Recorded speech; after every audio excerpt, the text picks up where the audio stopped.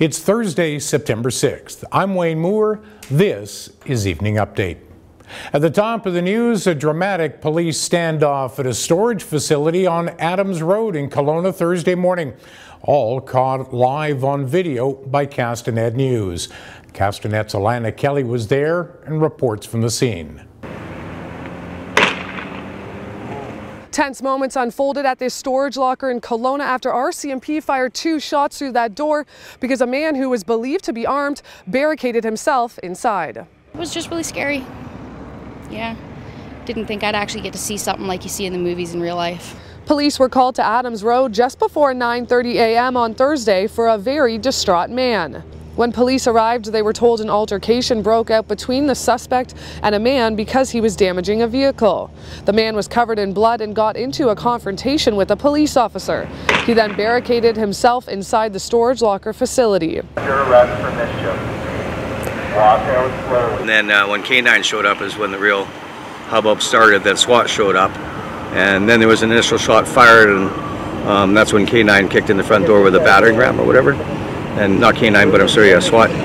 They entered the building, the dog was let loose, and then within minutes he was flushed out. At 11:30 a.m., tactical train members breached the front door and asked the man to exit the building. I just want to see if you're okay. Can you step out and show us that you're not injured? When the man refused to leave, the ERT members fired less lethal rounds and released a police service dog. It's just that you don't see this in smaller cities. You know, you'd think Vancouver, Toronto, whatever, right?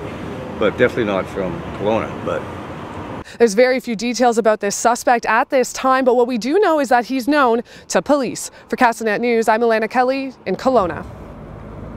The ongoing drama surrounding the West Kelowna Warriors has taken another turn. Jeff Grimwood and his coaching staff have all been reinstated. Grimwood's firing Monday night set off a firestorm of discontent within the Warriors' dressing room as players refused to practice, demanding that their coach be reinstated. At a news conference Thursday, new owner Kim Dobransky admitted that some mistakes were made. In my haste, I made some decisions that I felt were A, good for the organization, B, good for the community, but where I failed to consider was what was the best for the players. The BC Hockey League says in areas such as hockey operations, communications, and business strategies, it'll offer support but won't direct day-to-day operations. Iconic actor Burt Reynolds has died. Reynolds, who was 82, was best known for roles in movies such as Deliverance, The Longest Yard, Smokey and the Bandit. He died Thursday morning at Jupiter Medical Center in Florida. The Regional District of Okanagan-Similkameen is going ahead with legislation that will prohibit factory-like cannabis facilities on farmland. The board voted Tuesday to direct staff to prepare a zoning bylaw amendment that prevents concrete floor cannabis facilities from being built on any agricultural zones within the region. That includes the Agricultural Land Reserve. Costco could be moving to greener pastures on the west side. Rumors are rampant that the retail giant could relocate from Kelowna to WFN lands just west of the West Side Road interchange.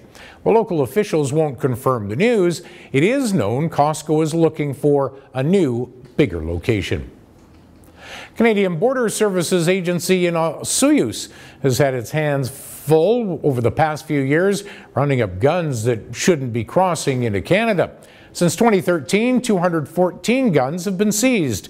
Officials, during a news conference, said most seizures were from people who didn't understand what isn't allowed to be brought into our country. Smoke from wildfires across the province remain an issue even as fewer blazes burn. Kevin Skrepnik with the BC Wildfire Service says 481 fires are still active in the province. While newer fires are smaller and cooler weather is helping, Skrepnik says there are still some large fires burning across BC. It'll be a party atmosphere in Vernon this weekend. It's the official opening of Cal Tire North. The ribbon will be cut Friday just after 5 o'clock. Saturday, the public is invited to a free skate from 10 a.m. until noon. In the main rink, the Vernon Vipers will open the BCHL season Friday. That's followed by a concert featuring Platinum Blonde and Loverboy. Saturday, free concerts will be held in Cal Tire Place South Sunday to conclude the festivities. Former City Councillor Jon Vasiliki is taking another run at the mayor's chair in Penticton. He made the announcement to a crowd of about 100 supporters on the front steps of City Hall Thursday. A councillor for 12 years, Vasiliki lost to Andrew Jacobite in the 2014 mayor's race. Police searching for armed suspects following a shooting that sent several people to hospital in St. Catharines, Ontario on a Thursday. Niagara Regional Police said they were focusing their search on a downtown area of the city west of Toronto, adding that they were dealing with multiple shooting scenes. Okanagan weather, the warm late summer conditions that we've been experiencing of late is expected to come to an end by Friday.